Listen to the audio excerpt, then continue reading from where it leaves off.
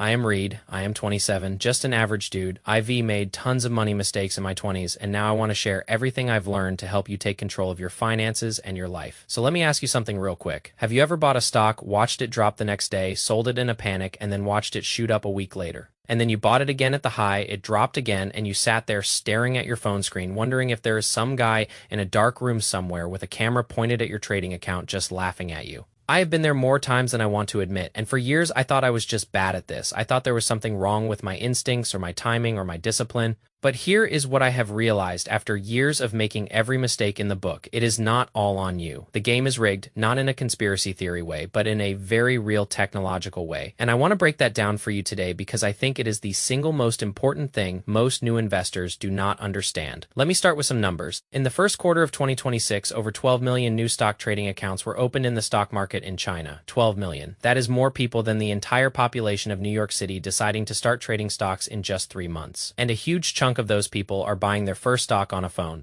a 5 or 6 inch screen that they hold in their hand while they are on the subway or eating lunch or lying in bed at night, and they are going up against institutions that have hundreds of millions of dollars in computing infrastructure. I am not exaggerating when I tell you that the gap between a retail investor trading on a phone and a quantitative hedge fund is roughly the same as the gap between a farmer using a wooden plow and a modern agricultural drone. It is not even the same sport. Let me give you an example of what I mean. A big institutional fund will have dozens of servers running machine learning models that scan earnings reports, news headlines, social media sentiment, central bank statements, commodity prices, and macroeconomic data from 50 different countries all at the same time, and they can execute trades in microseconds. Not seconds, microseconds. By the time you have opened your trading app and typed in a stock ticker, they have already analyzed the same information you just saw, made a decision, and executed hundreds of thousands of dollars worth of trades. And they have been doing this for years, so when you buy a stock and it immediately drops, it is not because someone is personally targeting your $500 position, it is because you are moving at human speed in a system that now operates at machine speed, and machines do not get emotional, they do not get FOMO, they do not panic sell at the bottom, they just execute the algorithm. So what can a regular person do about this?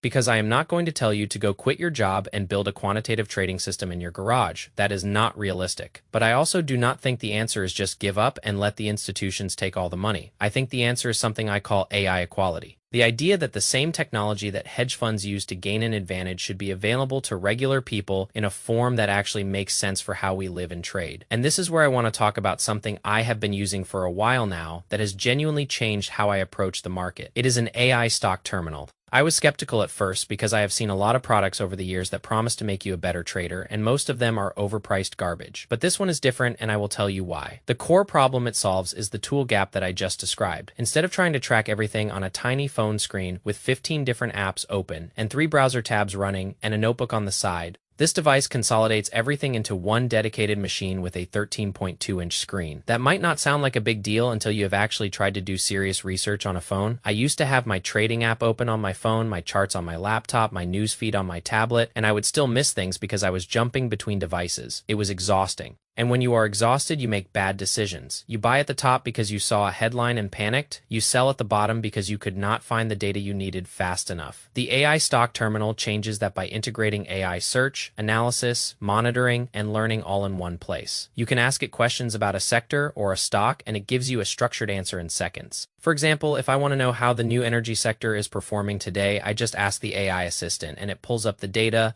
the news, the fund flows, the technical indicators, everything I need to make a decision, and the AI monitoring feature is probably my favorite part. You set your own rules and the machine watches the market for you. It alerts you when there is unusual fund flow activity or a black swan risk signal, or when a stock hits a certain technical level. That means you do not have to sit there staring at red and green candles all day. You can go live your life, go to work, spend time with your family, read a book, and the machine watches the market for you and only taps you on the shoulder when something actually matters. That alone has reduced my anxiety by so much because I used to feel like if I was not watching the market every second, I was going to miss the trade of a lifetime. And that is just not true. Most of the best trades happen when you are patient and wait for the right setup, not when you are glued to a screen. The other thing I really appreciate about this device is that it is not just a trading tool, it is also a learning tool. It comes with hundreds of structured courses covering stock selection, timing, risk management, and portfolio construction. And the AI creates a personalized learning path based on your skill level. So if you are a total beginner, it does not throw advanced option strategies at you. It starts with the basics. What is a PE ratio? How to read a candlestick chart?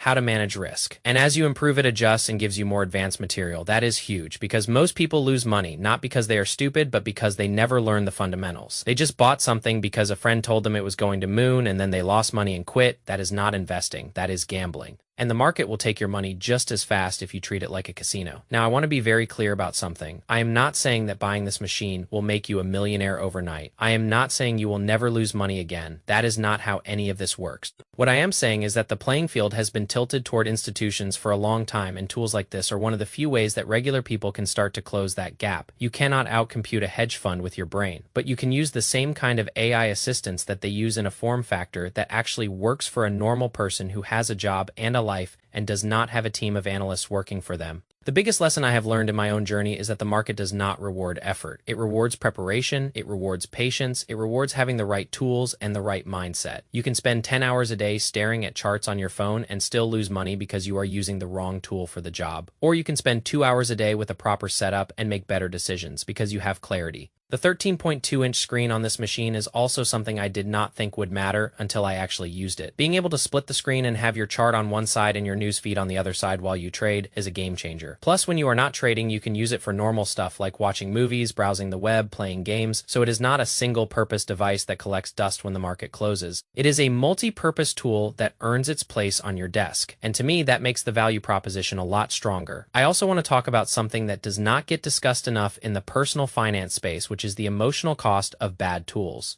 When you are trading on a tiny phone screen and you are constantly switching between apps and you miss a signal because your notification did not come through and then the stock drops and you panic sell, that is not just a financial loss. That is an emotional toll. It makes you feel stupid. It makes you feel like the market is against you. It makes you want to quit.